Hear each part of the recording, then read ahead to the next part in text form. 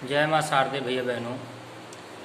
आज का टॉपिक है हेलो एल्केन की नाभिक स्नेही प्रतिस्थापन क्रियाओं का पार्ट 2 पढ़ेंगे। इससे पहले हमने 5 रिएक्शनें पढ़ ली थी, शेष बची हुई रिएक्शनें इस पार्ट में पढ़ेंगे वीडियो नंबर 8 में।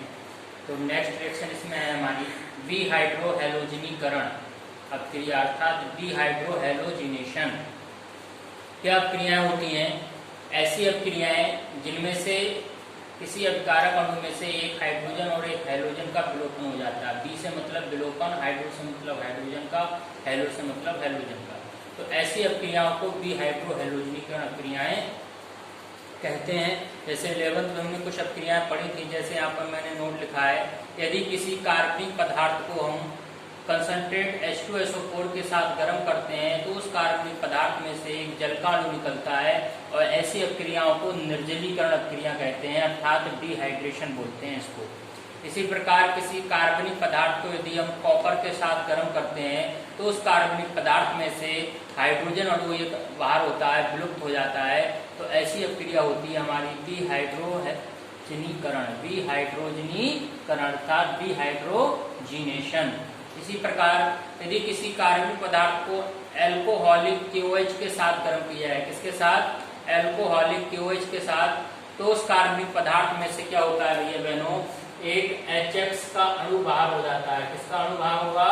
एक HX का अणु बाहर हो जाएगा, एक हाइड्रोजन और एक हैलोजन।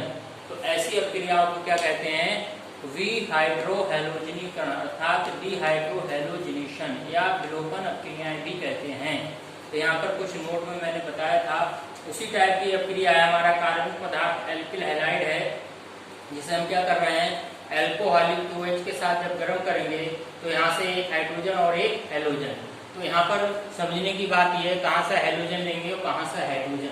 जिस कार्बन पर हैलोजन लगा है तो उस कार्बन से तो क्या लेंगे हम? हैलोजन परमाणु को, और ठीक उसके बाद वाले कार्बन से लेंगे क्या हम? हाइड्रोजन को। ये ध्यान रखना है। तो यहाँ से हमने हैलोजन लिया इस कार्बन से, तो इसके पड़ोसी कार्बन से क्या लिया हमने? हाइड्रोजन।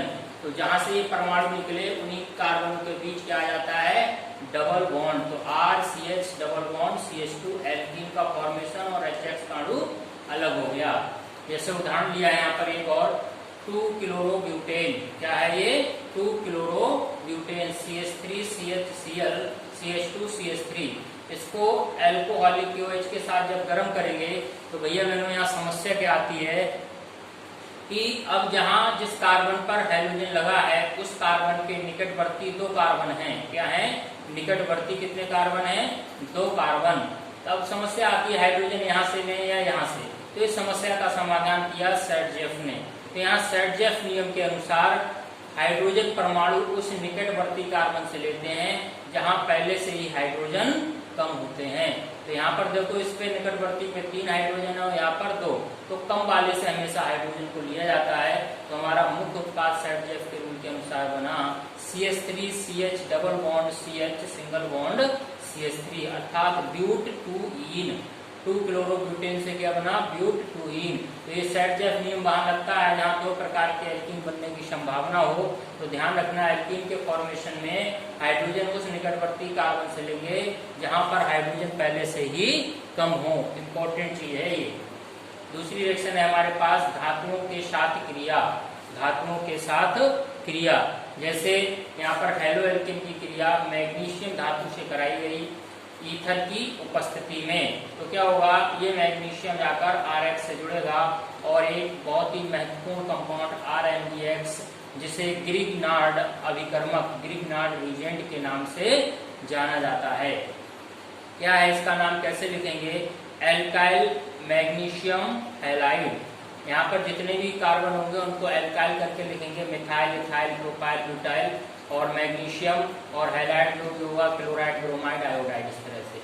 दूसरी रिएक्शन ली यहाँ पर हैलो एल्कीन की क्रिया लिथियम के साथ जब कराते हैं तो क्या बनता है? एल्किल लिथियम बनता है। एल्किल ग्रुप से एक एलाइन जुड़ेगा और एक X एलाइन के साथ अलग हो जाएगा।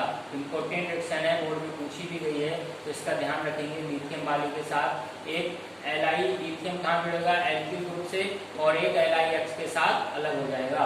यहाँ पे एल्किल ग्रुप कोई भी ले सकते हैं आप, और हाइड्रोजन भी अपनी इच्छा अनुसार ले सकते हैं। क्लोरोब्रोमोआइडो। अगली रिएक्शन देखो, जिंक से अपक्रिया, जिंक धातु से अपक्रिया कराएंगे और इस अपक्रिया नेम रिएक्शन है, इसको फ्रैंकलैंड अपक्रिया भी बोलते हैं। क्या बोलते हैं? फ्रैंकलैंड अपक्रिया। ध्यान रखना ये आयोडो एल्केन से ही कराई जाएगी। किससे कराते हैं? फ्रैंकलैंड। जब आयोडो एल्केन के दो अणुओं की अपक्रिया ईथर की उपस्थिति में जिंक धातु से कराते हैं तो एल्केन का निर्माण होता है और Zn(I2) यहाँ से इस तरह से अलग, दोनों एल्किल ग्रुप आपस में जुड़कर एल्केन बना देते हैं। तो यह फ्रैंकलैंड अपक्रिया, यहाँ आयोडो एल्केन से एल्केन का फॉर्मेशन। इस अपक्रिया में ध्यान रखना आयोडो एल्केन के अतिरिक्त और कुछ नहीं ले सकते, जिंक धातु से होगी, तो ऐसी क्रिया को फ्रैंकलैंड अपक्रिया कहेंगे। ऐसे नेक्स्ट रिएक्शन है सोडियम से क्रिया, तो ये भी नेम रिएक्शन है आपकी वुड्ज रिएक्शन। कौन सी रिएक्शन बोलते हैं इसको? वुड्ज रिएक्शन। क्या होती है? यहाँ भी हेलो एल्केन के दो अणुओं की अपक्रिया, हेलो एल्केन के दो अणुओं की अपक्रिया शुष्क ईथर की उपस्थिति में जब सोडियम धातु से कराते हैं तो इनके दोनों हाइड्रोजन क्या होंगे? दोनों अणुओं के NaX के रूप में अलग हो जाएंगे और यहाँ भी उच्च एल्केन का फॉर्मेशन होता है, हाइयर एल्केन का फॉर्मेशन होगा।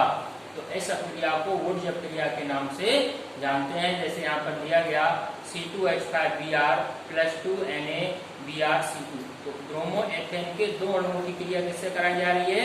सोडियम से। तो इसके दोनों ब्रोमीन क्या है? 2 NaBr के रूप में अलग हो गए और क्या एल्केन बनेगा? कार्बन कितने हैं? 2 और 2 4, तो C4 हो गया। हाइड्रोजन कितने हैं? 5 और 5 10, तो क्या हो गया? H10, C4H10 अर्थात ब्यूटेन का फॉर्मेशन होता है।